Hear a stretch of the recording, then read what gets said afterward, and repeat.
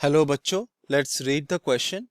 The question says a flake of glass refractive index 1.5 is placed over one of the openings of a double slit apparatus. The interference pattern displaces itself through 7 successive maxima towards the side where the flake is placed. If the wavelength of the diffracted light is lambda is equal to 600 nanometer, then the thickness of the flake is.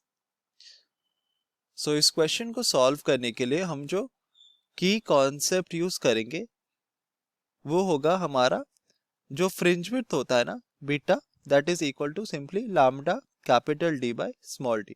तो इस formula को हम use करेंगे within the solution to find out the required answer. तो यहाँ पर beta जो होता है उसको हम बोलते हैं fringe width. Fringe width basically इसका मतलब होता है हमारा, हमें पता है कि हमारे पास एक इंटरफेरेंस पैटर्न अगर हमारे पास ऐसा एक इंटरफेरेंस पैटर्न है, तो इंटरफेरेंस पैटर्न में क्या होता है, हमारे पास एक होता है ब्राइट स्पॉट, देन होता है एक डार्क स्पॉट, फिर ब्राइट स्पॉट, फिर डार्क स्पॉट. ठीक है, तो ये क्या पर्टिकुलर विड्थ का होता है.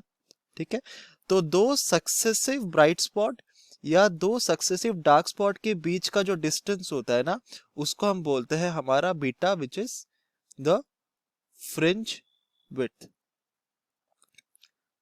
और फ्रिंज विड्थ का वैल्यू होता है lambda capital D by small D. Capital D यहाँ पर हमारा स्क्रीन का डिस्टेंस होता है और स्मॉल डी हमारा दोनों स्लिट्स के बीच का डिस्टेंस होता है. तो हम यहाँ पे लिख सकते हैं ये होता है हमारा स्लिट डिस्टेंस. तो अगर हम क्वेश्चन में देखें, क्वेश्चन में हमें कहा गया कि हमारे पास दो स्लिट्स है. ठीक है, ये है S1, ये है S2, और हम अज्यूम करते हैं कि S1 S2 स्लिट में हमने क्या किया, एक फ्लेक रखा है जिसका रिफ्रैक्टिव इंडेक्स म्यू हमको दिया गया 1.5 और उसका थिकनेस है इक्वल टू टी का वैल्यू हमें फाइंड आउट करना है. और इसकी वजह से हमारा क्या हो रहा है, स्क्रीन के ऊपर एक इंटरफेरेंस पैटर्न बन रहा है और ये जो इंटरफेरेंस पैटर्न है that is shifted towards the flake. तो अगर हमारा यहाँ सेंट्रल स्पॉट में बनता था इंटरफेरेंस पैटर्न, तो अभी क्या होगा, ये शिफ्ट हो गया towards the flake by what length, by 7 maximum, मतलब 7 टाइम्स बीटा. तो हमारा जो लैटरल शिफ्ट हुआ है, डेल्टा वाई हुआ है, वो है इक्वल टू 7 बीटा.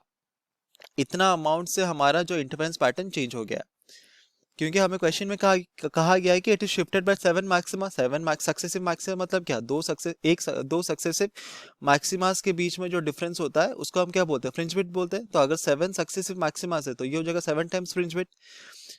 और ये जो लैटरल शिफ्ट होता है ना delta Y, this is simply equal to mu minus 1 multiplied by T multiplied by capital D by small D. और हमें पता है कि जो फ्रिंज विड्थ होता है वो होता है lambda capital D by small D. तो हमने मेंशन किया था कि कैपिटल डी हमारा स्क्रीन का डिस्टेंस होता है फ्रॉम द स्लिट, और स्मॉल डी होता है दोनों स्लिट्स के बीच का डिफरेंस. तो डी डी यहाँ पर कैंसिल हो जाएगा, तो हमको क्या मिलेगा, T is equal to 7 lambda divided by mu minus 1.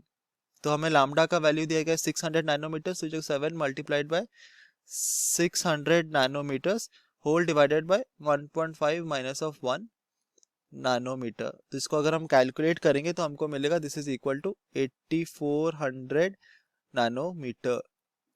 तो ये है हमारा thickness of the flake, which is option B here. Hope you understood it well. Best of luck.